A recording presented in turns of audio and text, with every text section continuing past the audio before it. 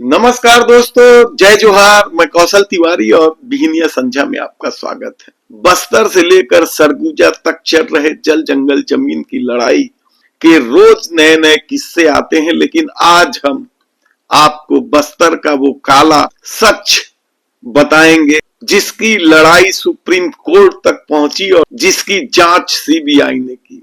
CBI ने सत्ता के सारे दावे की धज्जियां उड़ा दी तो सुप्रीम कोर्ट ने भी तब के तत्कालीन डॉक्टर रमन सिंह सरकार की करतूत पर कड़ा प्रहार किया था। आज हम बात कर रहे हैं लोकतंत्र के उस जख्म की जिसने बस्तर के जंगलों को सालों तक सुलगने पर मजबूर किया। एक ऐसी कहानी जहां रक्षक और भक्षक के बीच की लकीर धुंधली हो जाती है, फर्क करना मुश्किल होता चला जाता है, जहां इंसाफ के गुहार लगाने वालों के घर ही राख कर दिए गए थे। तारीख थी 11 से 16 मार्च 2011। तब छत्तीसगढ़ में डॉक्टर रमन सिंह की सरकार थी। सुकमा के घने जंगलों में एक ऑपरेशन शुरू होता है। नक्सलियों के सफाए का ध्येय यही था, लेकिन जब सुरक्षा बल वापस लौटे तो पीछे रह गए थे 300 जलते हुए आसियाने। उन 3 गांवों के गोरपल्ली, तिम्मापुरम और ताल मेटला। ये मामला चर्चित भी हुआ था, ताल मेटला के नाम थे। ये सिर्फ गांव के नाम नहीं थे, पुलिसिया कार्रवाई पर लगे उन दागों के नाम भी बन गए हैं जो आज भी मिटाए नहीं मिट सकते। पुलिस का दावा था कि घर नक्सलियों ने जलाए, लेकिन सच को खाकी के पीछे छिपाना मुश्किल है, छिपाया नहीं जा सकता। मामला सुप्रीम कोर्ट जा पहुंचा और सुप्रीम कोर्ट ने एक ही लाइन में आदेश दे दिया कि पूरे मामले की जांच सीबीआई करे। सीबीआई सक्रिय हो गई। सीबीआई ने इस पूरे घटना की परतें खोलना शुरू कर दी और सीबीआई के इस परतें खोलने से पूरी व्यवस्था बेनकाब हो गई। डॉक्टर रमन सिंह सरकार की क्या व्यवस्था है वह खुलकर सामने आ गई। सीबीआई की चार्जशीट ने मुहर लगाई कि आग माचिस के तीली से नहीं बल्कि वर्दी के अहंकार से लगी थी। इस पूरे घटनाक्रम के बीच सुप्रीम कोर्ट के जस्टिस बी सुदर्शन रेड्डी ने इस पूरे मामले को लेकर तल्ख टिप्पणी की। एक साथ कई मामले इसमें जुड़ते चले गए, जिसमें सलवा जुडूम का भी मामला था। सलवा जुडूम क्या था, कैसे जल जंगल जमीन की लड़ाई का अब बाधा था, ये हम फिर कभी विस्तार से आपको बताएंगे। लेकिन आज हम बात कर रहे हैं ताल मेटला कांड, जिसने आदिवासियों के घर उजाड़ दिए थे, जला दिए थे, जिसकी राख अब भी कई हवाओं में तैर रही है। सुप्रीम कोर्ट का यह फैसला, भले ही ताल मेटला की आग ठंडी हो गई है, लेकिन सवाल आज भी गर्म है। क्या वर्दी पहन लेने से कानून को हाथ में लेने का अधिकार हासिल हो जाता है? इंसाफ जब भी जलता है तो याद रखिए, लोकतंत्र की नींव कमजोर होती है।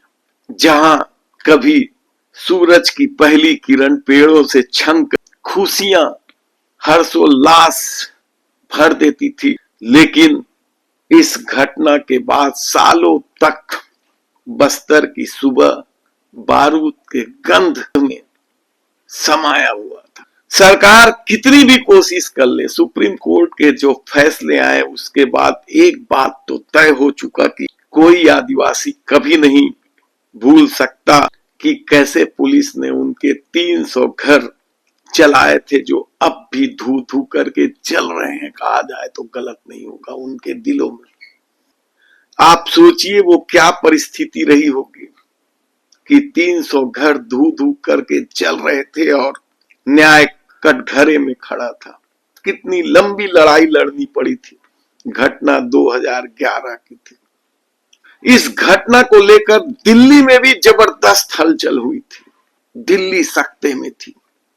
दिल्ली में तब केंद्र में कांग्रेस की सरकार थी, डॉक्टर मनमोहन सिंह प्रधानमंत्री थे। तीखी प्रतिक्रिया हुई। सामाजिक संगठनों में भी एक उबाल सा आया। स्वामी अग्निवेश इस ताल मेटला में हुए घटना को देखने जब पहुंचे तो सत्ता की ताकत भी दिखाई देने लगी। अग्निवेश का विरोध होने लगा और जैसे ही अग्निवेश की गाड़ी डोरना पाल पहुंची थी तब किसी अनाम संगठन के नाम से सत्ता के गुंडों ने स्वामी अग्निवेश के कपड़े तक फाड़ दिए थे। उन्हें जाने से रोका जा रहा था।